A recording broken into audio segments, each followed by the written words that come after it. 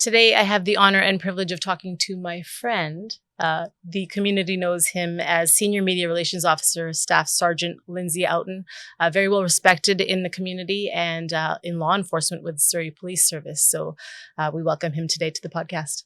Hello, Lindsay. How are you? I'm great. I should say Staff Sergeant Houghton.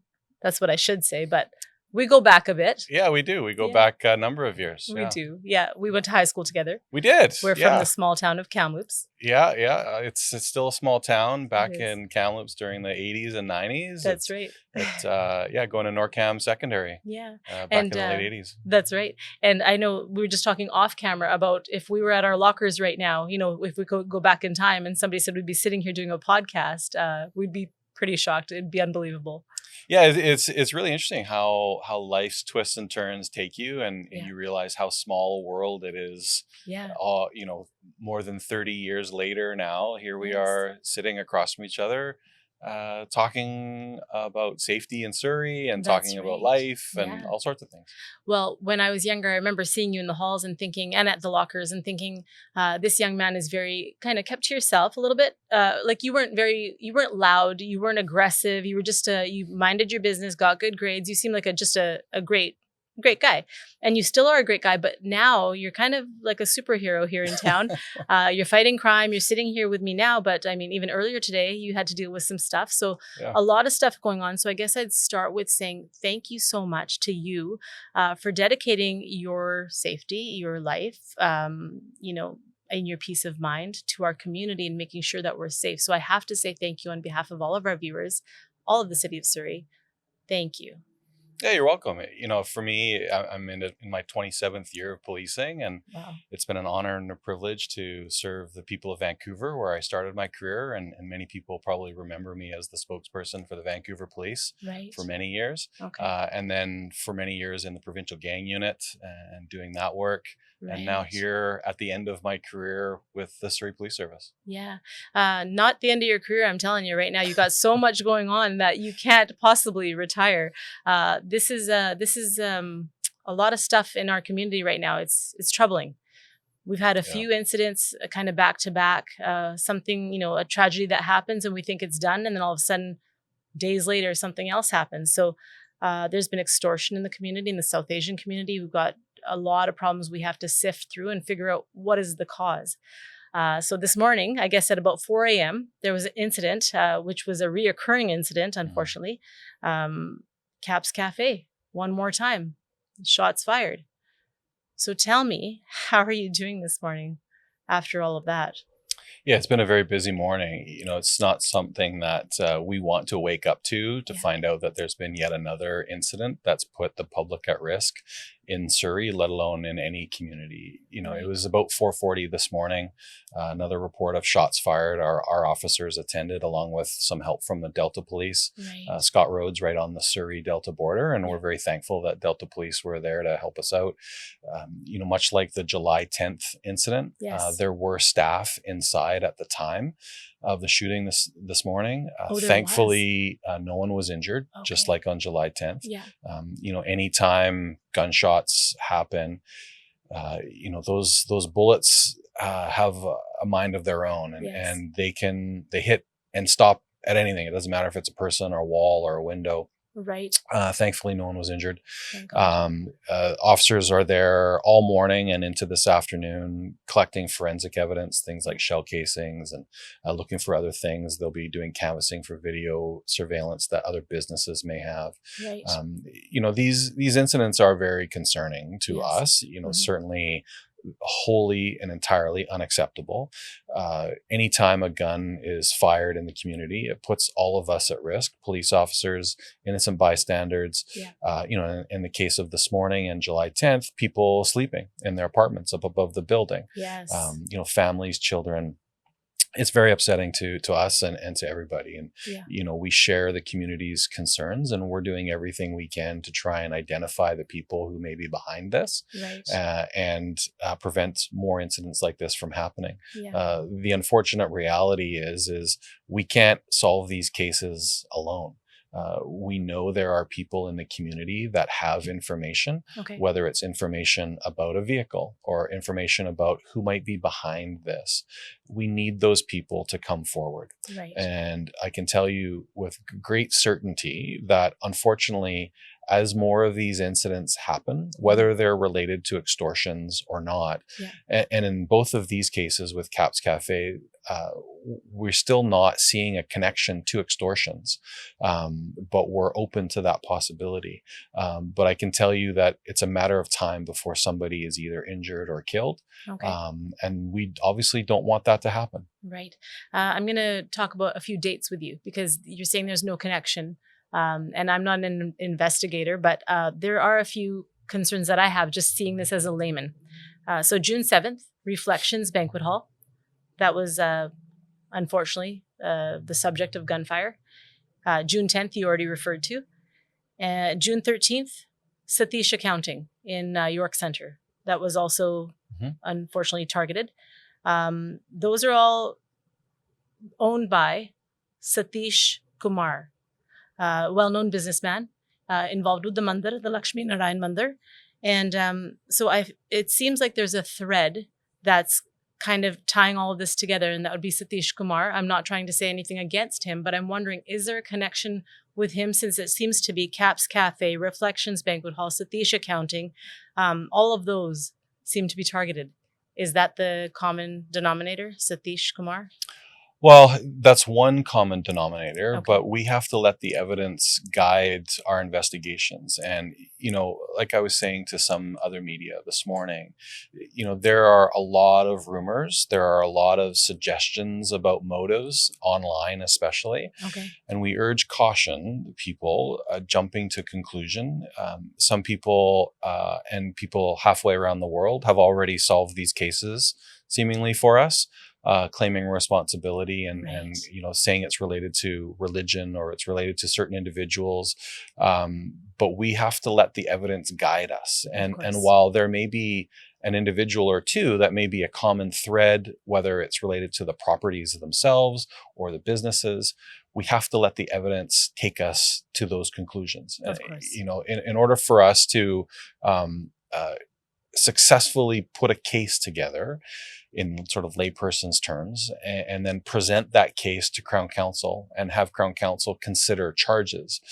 It's more than just a name that may be common between 1, 2, 3, or even 4 businesses. And at the end of the day, the evidence may lead us to the fact that one person is the intended target of these, but we have to get to the end, of course, in order. We can't just jump past the evidence to get there. Of course, yeah. You want to get the facts. That makes sense. Yeah, absolutely. Yeah. The facts are the most important pieces for us in any investigation. We can't fill in the blanks, if you will, if we don't have those certain facts. We can't fill in those blanks with things that we think they might be. Right. So after the first attack on Caps Cafe, a couple weeks later, I'd say the mayor of Surrey and law enforcement all joined together at a lovely, coffee and desserts at Caps Cafe. What was the motivation behind that? Because I've never seen the Surrey mayor and council and, law enforcement go to any other cafe to kind of rebuild the brand, it felt like. What was the motivation there? Yeah, we were all invited, the Surrey Police Service, the mayor's office, city, provincial, municipal politicians, and other public safety personnel, fire, bylaw. It was a full house that day about a week ago. Okay. We were invited by the cafe to come and sort of show shoulder-to-shoulder solidarity and support for the community. We do that in many cases. This is obviously quite unique because the cafe opened its doors to all of us, and those that attended sat down and sort of broke bread, if you will, and came together under a common cause. We work very closely with members of the community, and we recognize that we're still in the phase of building our reputation with the public and with businesses. And that's very important to us. It's, we only became police of jurisdiction here on November 29th last year. So we're not even 9 months into this. Yes. And those relationships can take years and years to build, and a lot of trust has to be built up. And we're wholly invested in that. And part of building those relationships is showing up. Right. And that open house that was had, which was by all accounts wonderful. And, we're very thankful to the business to having us there. Yes. That's support that we would certainly extend to others if they're willing to have us. Well, a lot of people are watching. Be careful, Lindsay. They're going to call you and be like, come and have coffee with us now. Yeah, no, I haven't met too many police officers that will turn down a cup of coffee with a member of the community. So it's, nice. We enjoy working with the public. We enjoy getting to know the people that we work with. Yeah. And a lot of people think that the police just are here to do a job and to serve the citizens of Surrey. Right. We're part of the community. And, many of us live in Surrey. I don't, but, there's a personal connection for many of us, and it goes beyond just a job. Yeah. The people that I work with have, in some cases, invested their entire careers at getting to know the communities that they serve. Yeah. And that's not just a resident that lives on a street. That's business owners too, and staff at businesses. Right. At the end of the day, there's a human side to law enforcement. Yeah. Even though we see you in a uniform and you've got, your weapon and your tough guys out there, you guys all have big hearts and you're trying to do the best for your families and for the bigger family, which is the city of Surrey. Yeah. Many of us, like firefighters and others, we coach youth sports teams. We volunteer in our off hours in the community. Yeah. We love being a part of the community. I haven't met a police officer in my entire career that didn't join this job, at least in part, to give back to the community. Right. And that's a huge part of who we are as people. Yeah. Well, you're putting yourself out there every day for us. So again, thank you. Yeah. When we talk about Caps Cafe and building that brand up again, the trust in the community, feeling safe out there, can you speak to that a bit? Because I think that the residents of Surrey, all of us are really terrified to be out there now. It's a beautiful cafe. It's absolutely beautiful, stunning. I wanted to visit, but now I'm really hesitant because this is a second incident and I don't feel safe. Yeah. What would you say to somebody that's hesitant to go there now, or anywhere in Surrey, really? Yeah, like I can appreciate the hesitancy and the anxiety. We feel it as well, and when we talk to staff members, when we talk to neighbors and residents, I was talking to a couple of folks who work at a neighboring business. They had concerns, and we talked about that this morning. Right. There's a daycare there, actually, I think across the way. There's probably 20 or 30 businesses within a stone's throw of the cafe, let alone all of the people who live in apartments and condos up above and surrounding that area. It's a very busy area. There's lots of people. There's parks not that far away. There's lots of cars coming and going on Scott Road and 84th and 86th. Right. It's a very busy part of Surrey. Yeah.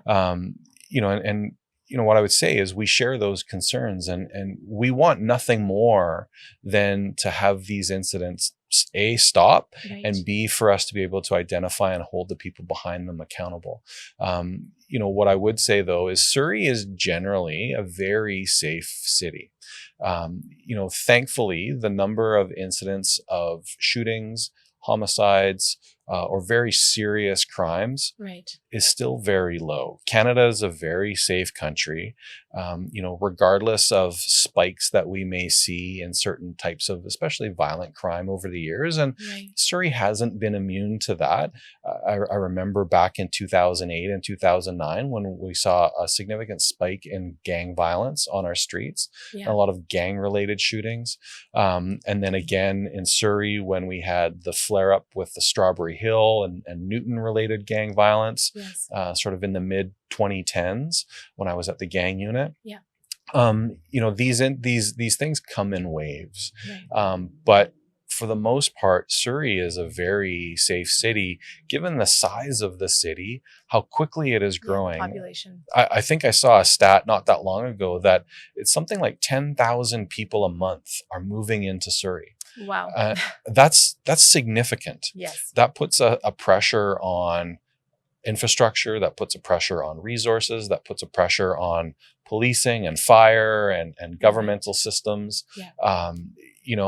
And Surrey is probably one of the fastest growing, if not the fastest growing major city, certainly in British Columbia, but maybe even Canada. And it's not going to be long before Surrey eclipses 1 million people in population. And that will become British Columbia's largest city. And with that comes big city challenges, whether that's crime or whether that's infrastructure, whether that's building stadiums to attract sports teams or concerts and, you know, major events and things like that. You know, you look at a map of Surrey, and, you know, I admit that I didn't know as much about Surrey before I became a Surrey Police Service officer as I do now. But when I look at a map now, I look at how geographically large Surrey is. Oh, yes. It's a very large city. It is. But we have working farms mixed in with residential areas, you know, not that far from where we sit right now. And then when you look at the southeast part of Surrey, there's huge tracts of big farms. And you can't help but think that, you know, a part of me hopes that gets preserved, that character of Surrey gets preserved, and it's not all paved and condos are put up over the many years to come. Just like the community is diverse, the landscape and the infrastructure is diverse in Surrey as well. Absolutely. Yeah, Surrey is arguably one of the most diverse communities in British Columbia, you know, and that's something to be very, very proud of. And, you know, some people may think that that's a negative, but we should take that as a strength and we should leverage that strength. You know, in my time at the gang unit, I saw the strength of community come together after periods of gang-related violence. And, you know, we had leaders and executives from the various temples, some of whom don't always get along, come together under a common cause. And we need that again in the face of some of this violence that we've been seeing. And I believe in the community, and I think that they can do it. We just have to rally that emotion and send the message to those that are behind this, that the community, never mind the police, which I think it's obvious we don't tolerate and condone that kind of behavior, but the community doesn't either. And that's where the community needs to rally behind this cause as well. And show our strength. One more question about the whole CAPS Cafe incident. Should we take solace in the fact that the shootings have been 4 a.m., 3 a.m., while we're all sleeping and there's hardly anybody around? What is the motive behind that? Do you think it's because they don't want to get caught? Or do you think it's because they want to make sure they don't actually do any damage? What do you think the motivation is? I think it's a combination of, you know, they don't want to get caught. It's not that busy. There's not as many eyes and ears awake and driving around in the middle of the night. You know, it's since the dawn of time, people who commit crimes know that there are certain times a day that it may increase their chances of getting away with it. That's no secret. You know, and generally, I don't think that these people want to hurt anyone. A lot of it is sending a message. And that's part of why they film themselves doing it and then share it over social media. For them, it's that street cred, that credibility that they want. They want to have that bravado of the fact that they've done this and send that message to either their intended victims, but also their enemies as well. That the people behind this are willing to go to the length that they're going to in order to do these sorts of things. And there's a lot of different nuanced motivations behind why these people do that. Never mind the motive behind the actual incident itself. But it's an interesting study in psychology for sure. Right now you have patrol out in front of CAPS Cafe. Do you have cars parked? What is it going to look like in the next couple of days for protection? Yeah, in the next couple of days, it will look a lot like it did on July 10th. You know, there is some significant damage to the property itself. Some windows have been shattered. So once our yellow police tape goes down, and that will probably be up for much of today. Once that yellow police tape goes down, we'll be working to release the scene, as we call it. And we're done sort of collecting evidence. And then unfortunately, the cafe will hopefully be able to bring people in to fix the damage, Okay. much like they did after July 10th. That will undoubtedly take several days to do. And, again, unfortunately, the cafe will likely be closed down, Right. understandably, while that happens and the cleanup and the remediation takes place. Like in other incidents, after the fact, we do increase our patrols, both overtly and covertly, Right. around many of these areas. So if people are there, there's probably a pretty good chance, especially during the day and in the evenings, that you may see a Surrey Police Service vehicle either parked or in the area. You may even see some police officers enjoying some of the baked goods or the coffee there. Is it still open? As well? It's not open right now, but there might be coffee for you guys while you're working. There might be some coffee, yeah. But the food there is good, right? It's we also like baked goods and coffee as well. So, much like the invitation that brought all of the people there last week, our officers, they go to businesses like CAPS, and frequent them, because we're part of the community. And absolutely. That's a beautiful message, is at the end of the day, it's all about bringing everybody together and safely. So thank you so much for talking to us today. And I know that the community wants to hear a message from you, so you can give your message to them now if you like. Yeah, my message to the community would be, we're working with you to make the community safe. But we need your help. This isn't all about what the police can do by ourselves. Oftentimes the more successful we are is because of how invested and engaged and participatory the community is. And we want nothing more than for the community to come forward and work with us and the rest of the community to not only prevent further incidents like this, but to identify the people behind these incidents and ultimately hold them accountable. Thank you so much, Staff Sergeant Lindsay Houghton. You're welcome. Thank you. Thanks. So that was our podcast with Staff Sergeant Lindsay Houghton. He's Senior Media Relations Officer for the Surrey Police Service, keeping us safe out there. If you have any information, if you know anything, if you see something, say something. Thank you for watching. We'll see you again next time.